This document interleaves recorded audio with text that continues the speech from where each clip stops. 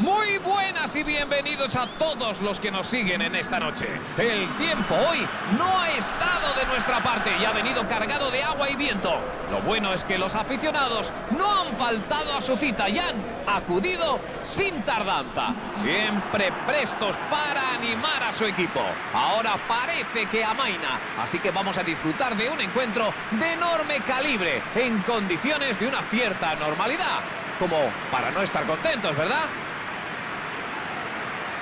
Menudo estadio, sin duda, imprime mucho carácter a los partidos que acoge. Pues defensa de 4 hoy en lo que parece un claro 4-4-2. Yo veo un centro del campo muy fuerte, que es en definitiva el objetivo cuando se utiliza este sistema. Algo que suele ser frecuente en un equipo que pretende jugar al contraataque. Los jugadores van a tener que mantener un alto nivel de disciplina en la parte del centro del campo más cercano a los defensores, para de este modo ayudar a la zaga y sacar la pelota jugada, ya sea por medio de pases a los costados o filtrados por detrás de la defensa rival.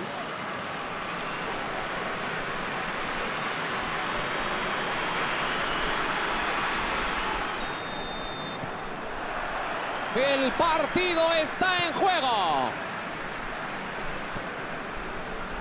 Fernández.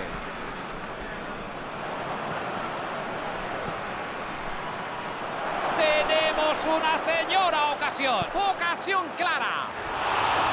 Se les había cortado la respiración.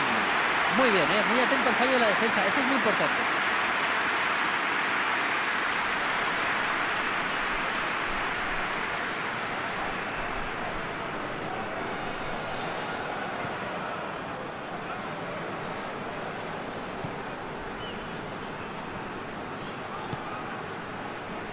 Raúl.